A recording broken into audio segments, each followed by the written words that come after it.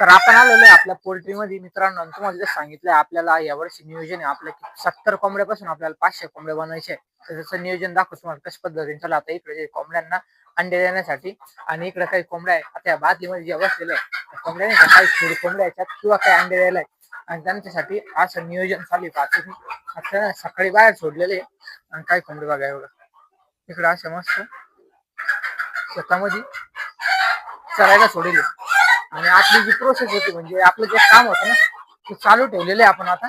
म्हणजे जसं की बघू शकता तुम्ही इकडे जे आपण असं कोंबड्या बसवायचं काम जे आपलं असं चालू आहे बघा.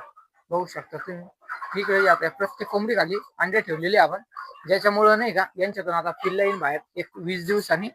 आणि आपल्या कोंबड्यांची संख्या आपण जे पूर्ण नॅचरल पद्धतीने वाढवतो. आपलं नियोजन जसं आहे अशा पद्धतीने चालू आहे. बघू शकता तुम्ही. बाकी नवीन असेल तर फॉलो करा, जुनी असेल तर लाईक आणि शेअर नक्की करा. आपल्याला यावेळेस जे प्रोजेक्ट पोल्ट्री पूर्ण कम्प्लीट करायचं आहे, एका वर्षामध्ये आपल्याला कम्प्लीट करायचं आहे. तर सोबत राहा, बघू कसं कसं नियोजन होतंय. धन्यवाद.